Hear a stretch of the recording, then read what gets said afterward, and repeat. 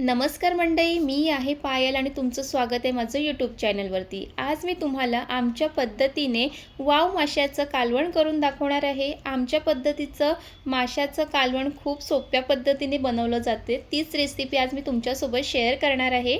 ही आहे वाव मच्छी। ह्याला काही ठिकाणी वाव, वाम असेही म्हटलं जातं। तुमच्याकडे याला काय म्हणतात हे नक्की मला कमेंट करून सांगा।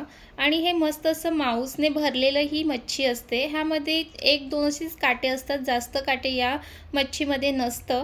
तर इथे मार्केटमधूनच कट करून आणलेलं आहे, पण ते त्याचे असे तुकडे केलेले नाहीये, म्हणून मी इथे तुकडे करून घेते।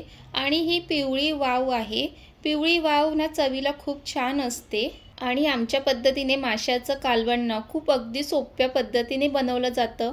जितकी रेसिपी सोपी आहे ना तितकीच चवीला एकदम भारी असते। तर नक्की तुम्ही एकदा ट्राय करा। तर इथे वाव मच्छीचे तुकडे करून झाले आणि इथे स्वच्छ असं धुवून घेतलेलं आहे। आता चला झटपट अशी वाव माशाचं कालवण करूया। त्यासाठी लागणारे साहित्य घेतलेले आहे।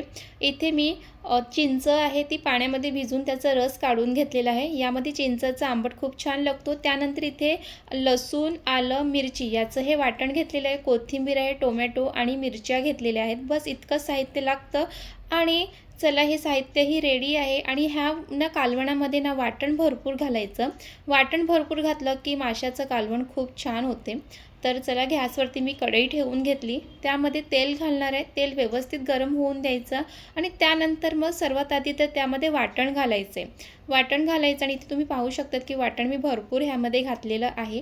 फक्त ह्यामध्ये ना लसूण, आलं, मिरची खलबत्त्यामध्येच ना ठेचून घ्यायचं आहे। आणि अगदी बारीक पेस्ट करायची नाही आहे वाटणाची। तर असे हे ना लसणाचे तुकडे दिसले पाहिजे।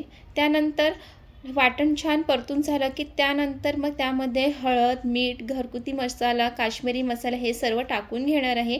आणि ते एक मिनटं छान असे तेलामध्ये परतून घ्यायचं। आणि जेव्हा हे मसाल्यातलं वास यायला लागलं ना की लगेच त्यामध्ये वाम माशाचं तुकडे त्यामध्ये टाकून घेणार आहे। आणि त्यासोबतच त्यामध्ये टोमॅटो, मिरचीसुद्धा टाकणार आहे। आणि तुम्हाला जर माशाच्या कालवणामध्ये टोमॅटोच्या फोडी खायला आवडत नसतील ना, का तुम्ही ना ते जेव्हा वाटण परतून घेतो तेव्हाच तुम्ही छान असे टोमॅटो टाकून ते सुद्धा चमच्याने फोडून घेऊ शकतात। पण मला कालवणातला टोमॅटो खायला आवडतो म्हणून मी इथे अशा फोडी टाकलेल्या आहेत। त्यानंतर सर्व माशाचे तुकडे हे छान असे मसाल्यामध्ये मिक्स करून घ्यायचं आहे। आणि ते तुम्ही पाहू शकतात की सर्व माशाच्या तुकड्याला छान मसाले लागलेले आहे। आणि त्यानंतर मग ह्यामध्ये चिंचेचं आंबट घालणार आहे। आणि ह्या कालवणामध्ये ना शक्यतो चिंचेचा आंबटच घाला, कारण त्यामुळेच कालवणाला खूप छान चव येते। जर तुम्ही चिंच नाही खात असाल तर मग कोकमसुद्धा घालू शकतात। त्यानंतर ह्यामध्ये आंबट घातल्यानंतर ते छान असं मिक्स करून घ्यायचं आहे। आणि इथे आंबट घातलं की लगेच त्यामध्ये पाणी घालायचं नाही आहे। आंबट घातल्यानंतर मग एक छान अशी उकळ काढून घ्यायची आहे झाकण झाकून। आणि त्याच झाकणावरती मी पाणीसुद्धा घालणार आहे, म्हणजे पाणीसुद्धा गरम होईल। आणि अजून एक महत्त्वाची टिप्स की वाव माशाचं कालवण करत असताना गॅस मंद आचेवरच ठेवायचं आहे, कारण वाव मासा हा मांसाने भरलेलं असतं। जर तुम्ही फास्ट गॅस ठेवला ना का त्याचे जे मांस आहेत ना वेगवेगळे होतील, म्हणून ही एक खास टिप्स आहे। त्यानंतर इथे 5 मिनिटाची छान अशी उकळ आल्यानंतर ना इथे तुम्ही पाहू शकतात की खूप छान अशी उकळ आलेली आहे। मग त्यामध्ये तुम्हाला आता जितकं कालवणामध्ये रस्सा पाहिजे त्याप्रमाणे तुम्ही त्यामध्ये पाणी घालून घ्यायचं आहे। आणि शक्यतो गरम पाणीच घाला। गरम पाणी घातलं की कालवणाला अजून छान चव येते। तर इथे पाणी घातल्यानंतर एक हलक्या हाताने छान मिक्स करून घ्यायचं आहे, इथे तुम्ही पाहू शकतात। आणि हे गॅस मंद आचेवर ठेवलं की हे जी फोडी आहेत ना ह्यातलं मांस वेगळं होत नाही, तर हे खास लक्षात ठेवायचं आहे। परत झाकण झाकून मी एक 5 मिनिटाची छान अशी वाफ काढून घेतलेली आहे। चला तर मग तुम्हाला इथे दाखवते की वाव माशाचे तुकडे किती छान असे आहेत, कुठेच असे त्याचे मांस न कालवणामध्ये मिक्स झालेले नाही आहे। तर ही महत्त्वाची टिप्स आहे। त्यानंतर इथे छान उकळ काढल्यानंतर त्यामध्ये वरून असं गरम मसाला घालणार आहे।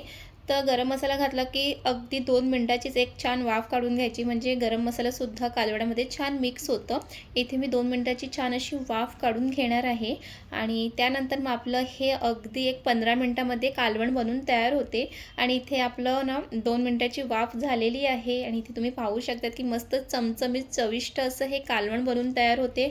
आणि या वाम माशाच्या कालवणामध्ये शेवग्याच्या शेंगा, मुळा, बटाटा हे सुद्धा घालून ही भाजी खूप छान लागते. वांगंसुद्धा ह्यामध्ये घातलं जातं आणि त्यानंतर मग भरपूर अशी हिरवी कोथिंबीर घालणार आहे आणि इथे वाम माशाचं कालवण बनून तयार झालेलं आहे.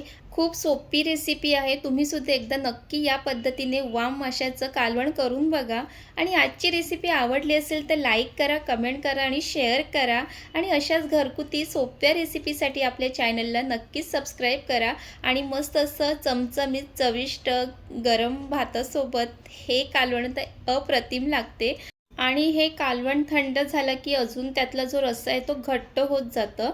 तर अशा घरगुती रेसिपीसाठी आणि सोप्या रेसिपीसाठी आपल्या चॅनलला नक्कीच सबस्क्राईब करा आणि तुमच्याकडे सुद्धा मच्छीचं कालवण अशाच पद्धतीने केलं जातं की अजून वेगळ्या पद्धतीने केलं जाते हे नक्की मला कमेंट करून सांगा.